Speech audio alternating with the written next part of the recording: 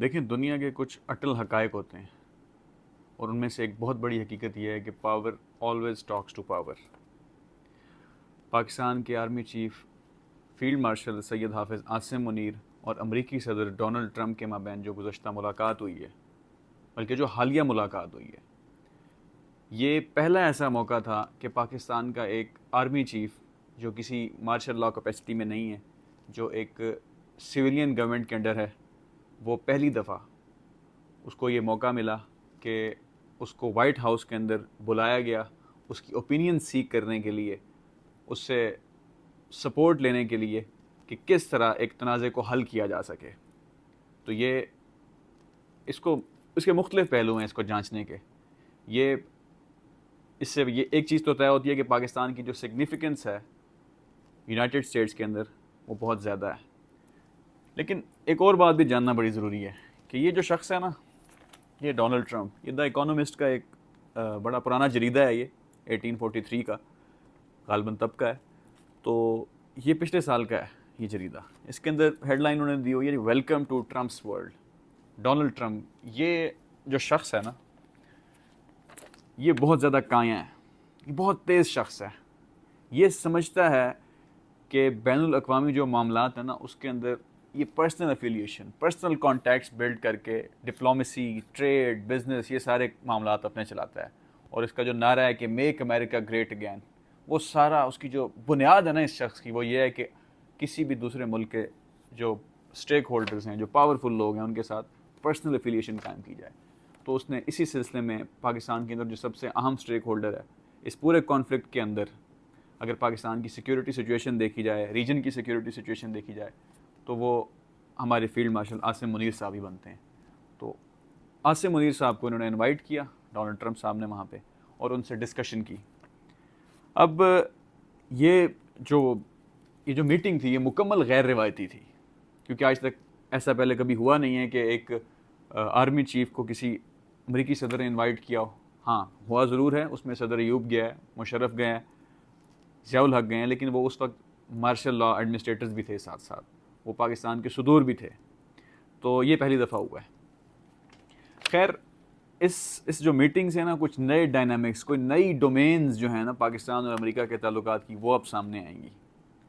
तो ये डोमेन्स क्या हो सकती हैं, इसके लिए हमें दो चीज़ों का जानना बहुत ज़रूरी है। एक ये कि फील्ड मार्शल आसिम मुनीर के आर्मी चीफ़ बनने के बाद से पाकिस्तान और अमेरिका के जो ताल्लुकात हैं वो किस तरह तब्दील हुए हैं, और दूसरा ये कि डोनाल्ड ट्रंप के वाइट हाउस में वापसी आने के बाद पाकिस्तान और अमेरिका के ताल्लुकात किस तरह, वो क्या कैसे तब्दील हुए हैं, इवॉल्व हुए हैं, उनका इर्तिका कैसे हुआ है, ये जानना बहुत ज़रूरी है। तो पहले हम ज़रा नज़र दौड़ा लेते हैं पाकिस्तान के army chief field marshal Asim Munir के, जब उन्होंने आर्मी की कमान संभाली तो उसके बाद किस तरह ये मामलात आगे बढ़े।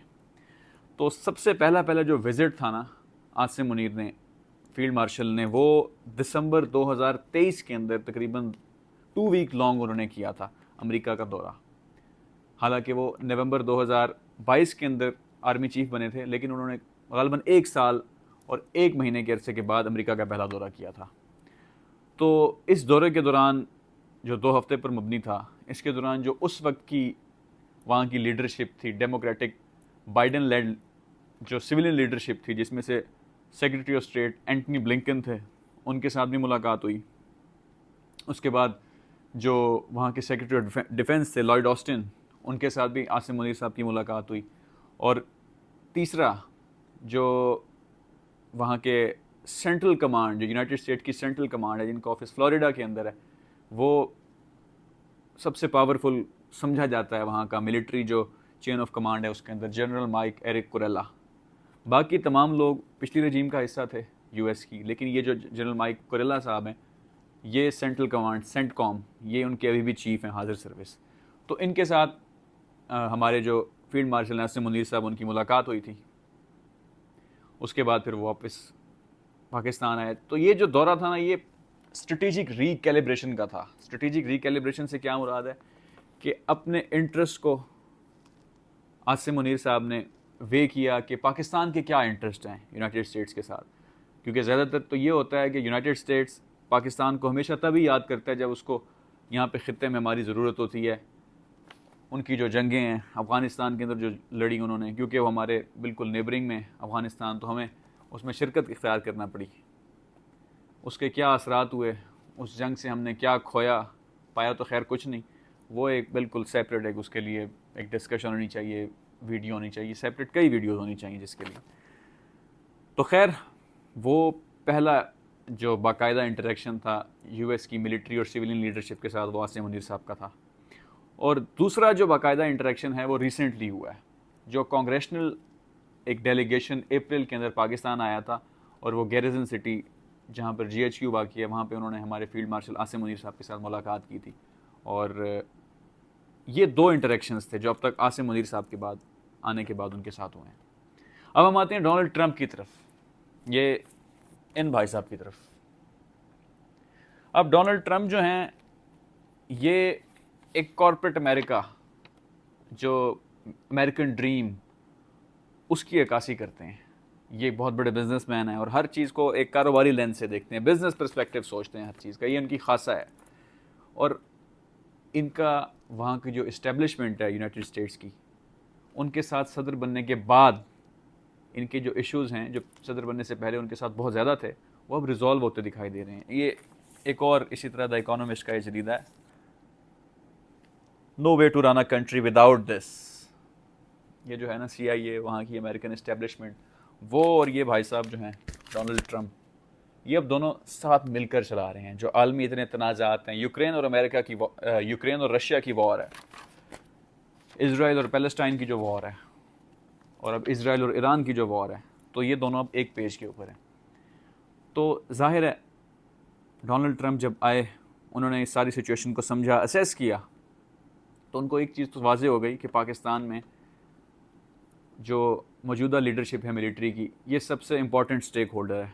अगर रीजन जो एक पाउडर केक बन गया है, एक वॉलेटिलिटी इस रीजन के अंदर इतनी ज़्यादा है, साथ हमारे मिडल ईस्ट वाक़ई और ईरान का पूरे वहाँ ख़ित्ते के अंदर मसाइल हैं, फिर फ़लस्तीन के मसाइल हैं। वहाँ पे 7 अक्टूबर 2023 के बाद जिस तरह की सिचुएशन हुई, जो एक बहुत बड़ा अटैक हुआ, तो ख़ित्ता एक पाउडर केक की सूरत इख्तियार कर चुका है। बहुत ज़्यादा यहाँ पर अब तनाज़ात जो हैं वो जन्म ले चुके हैं। तो इस सिचुएशन को असेस करते हुए पहले तो डोनाल्ड ट्रंप ने जो गुज़श्ता कुछ बरस से पाकिस्तान की F-16 को बनाने के लिए जो एड थी, वो आते साथ ही उन्होंने अनफ्रीज़ की, और वो तकरीबन $397 मिलियन उन्होंने F-16 के लिए पाकिस्तान को दिया, डोनाल्ड ट्रंप की एडमिनिस्ट्रेशन ने।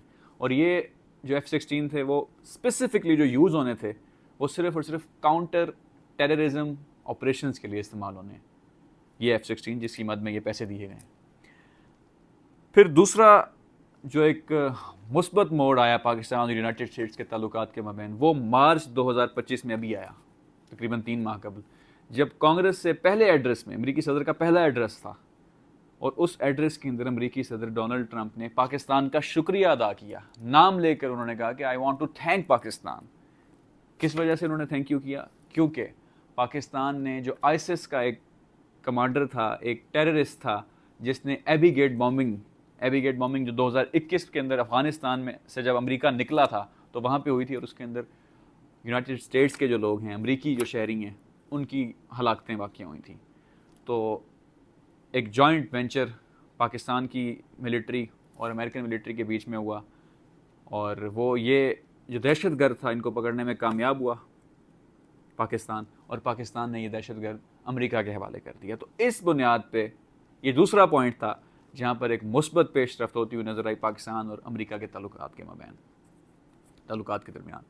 अब तीसरा जो बहुत इंपॉर्टेंट इसी इवेंट से रिलेटेड था, अभी हाल ही में चंद दिन कबल की बात है, गालबन 1 या हफ्ता या 10 दिन ही हुए होंगे, जो सेंटकॉम के चीफ़ है, जिनके बारे में मैंने पहले बताया था, जनरल माइक एरिक कुरेला, उनके साथ हमारे army chief field marshal Asim Munir की जो पर्सनल इक्वेशन है वो काफ़ी बेहतर है, क्योंकि दिसंबर 2023 के विजिट के अंदर जो तस्वीर सामने आई थी, जो ट्वीट सामने आई थी, उससे यही मालूम हो रहा था कि इन दोनों के ताल्लुकात आपस में बहुत अच्छे हैं, और जो भी मामला आगे चलेंगे, चाहे वो काउंटर टेररिज्म के मेजर्स हों, चाहे वो स्ट्रेटेजिक रिकैलिब्रेशन हो, चाहे वो रीजनल जो भी मैटर्स हैं उनको किस तरह रिजॉल्व करना है, तो ये दोनों शख्सियात जो हैं वो एक पेज पर नज़र आई हैं, जो दोनों मिलिट्री की शख्सियात हैं।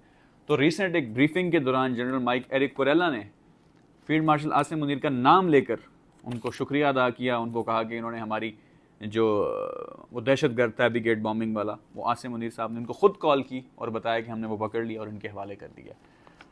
अब चौथी जो ये मीटिंग है, ये सबसे ऊपर है।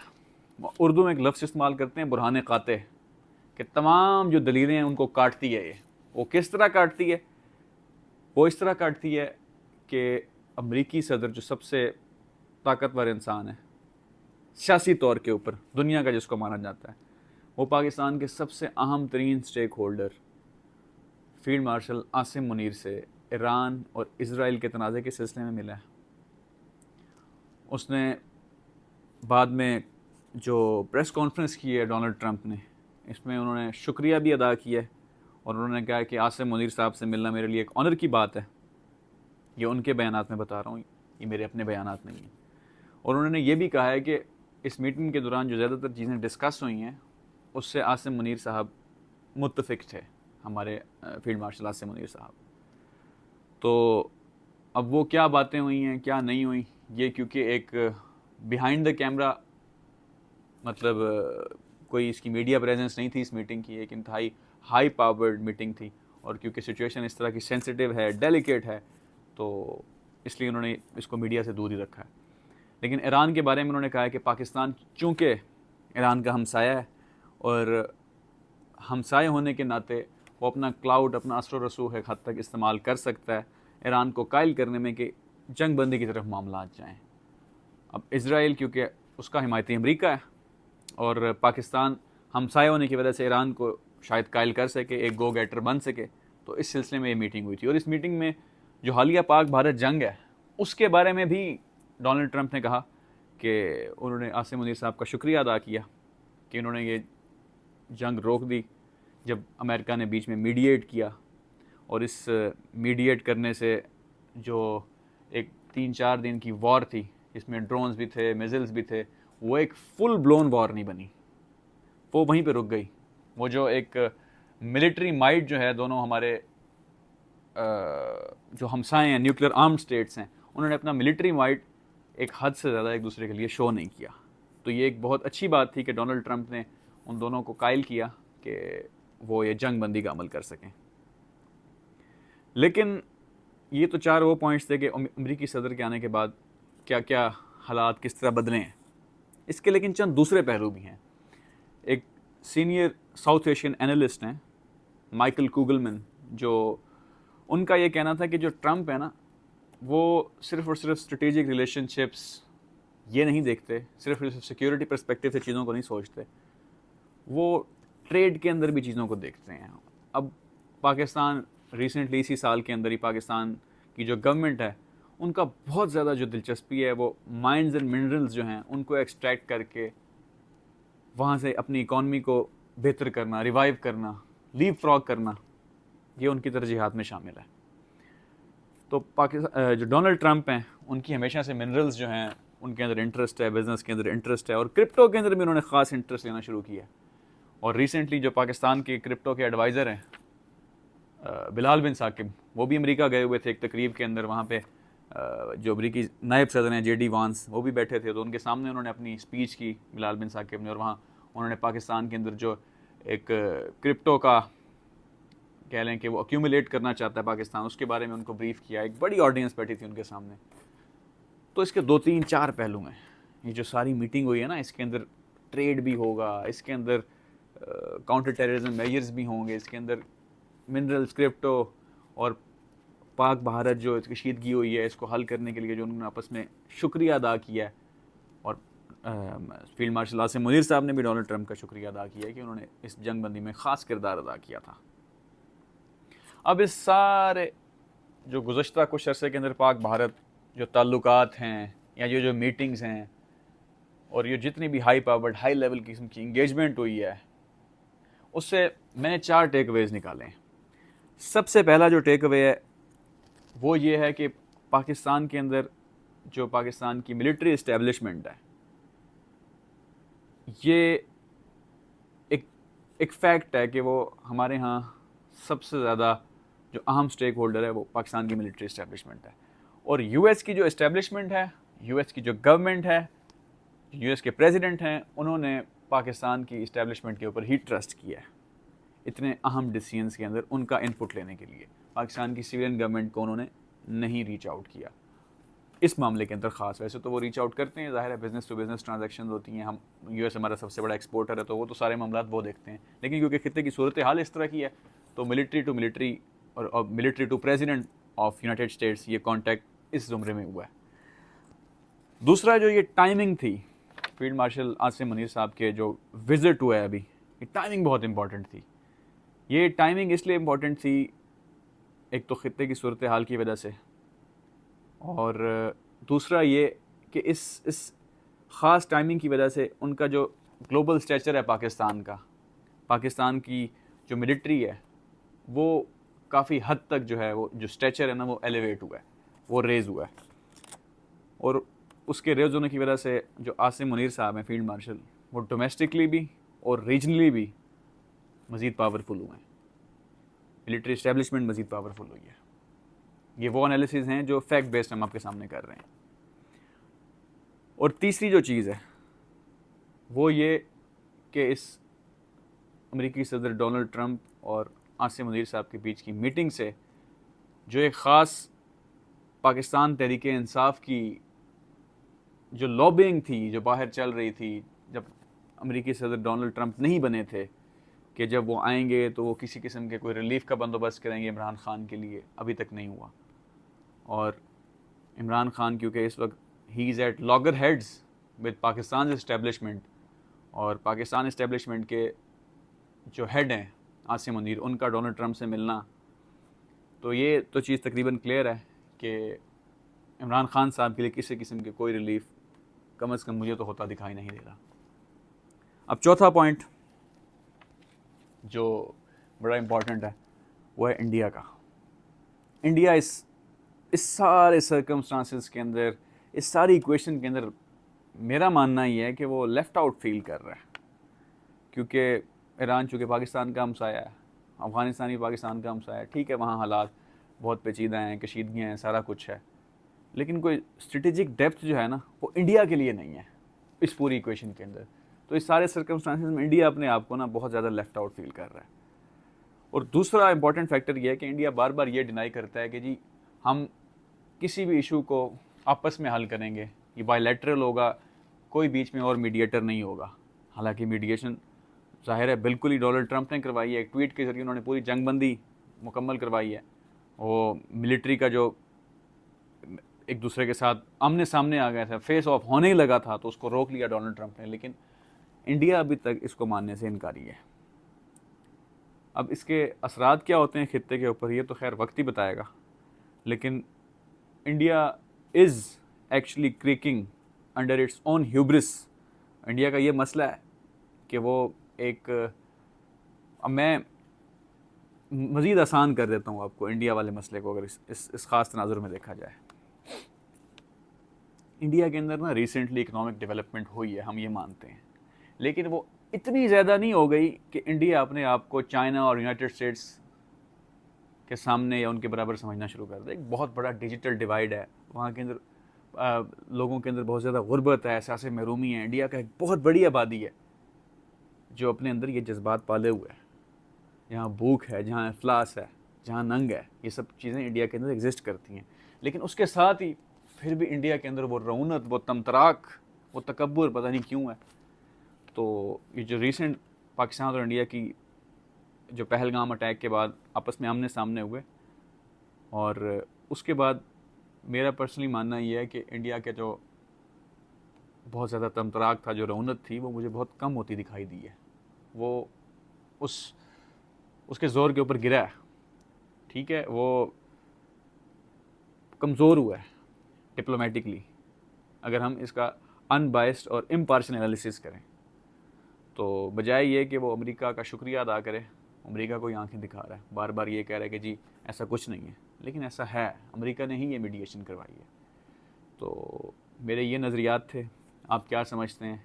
मैंने तो सारी फैक्ट बेस्ड बातें की हैं, जितना इसको क्लोजली मॉनिटर करने के बाद, तो आप अपने नज़रिया ज़रूर शेयर कीजिएगा हमारे साथ। बहुत शुक्रिया।